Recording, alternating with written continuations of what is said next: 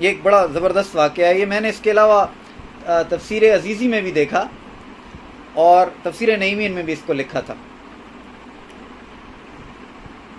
نبی اکرم صلی اللہ علیہ وسلم نے ایک بار اپنی انگوٹھی حضرت ابوبکر صدیق رضی اللہ تعالیٰ عنہ کو عطا فرمائی، انگوٹھی، اور حکم دیا اس پہ لا الہ الا اللہ لکھوا لاؤ.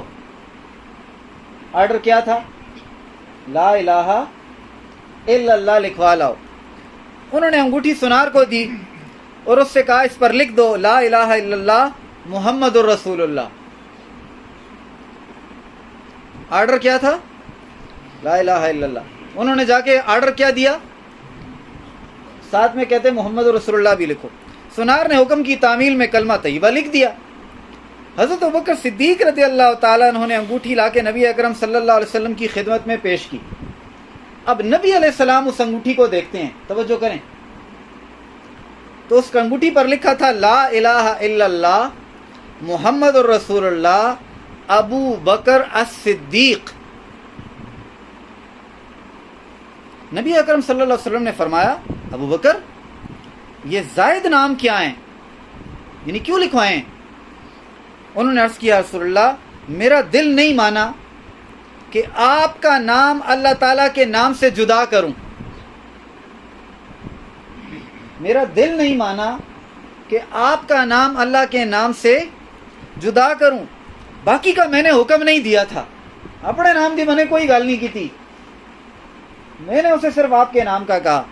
حضرت ابوبکر صدیق رضی اللہ تعالی عنہ شرمندہ ہو رہے تھے. حضرت جبریل امین تشریف لائے، عرض کرنے لگے یا رسول اللہ ابوبکر کا نام میں نے لکھا ہے، میں نے لکھا ہے. جبریل امین اپنی مرضی سے کوئی کام کر سکتا ہے؟ وہ کہتے ہیں میں نے اس کا نام لکھا ہے کیونکہ وہ اللہ کے نام سے آپ کے نام کو جدا کرنے پر راضی نہیں ہوئے، تو اللہ تعالیٰ یہ نہیں چاہتا تھا کہ اس کا نام آپ کے نام سے جدا ہو. نیت نیت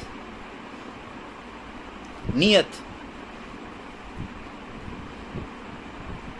تو اللہ تبارک و تعالی نے نبی علیہ السلام کے ساتھ ان کا نام جوڑ دیا، کندھا کروا دیا، لکھوا دیا.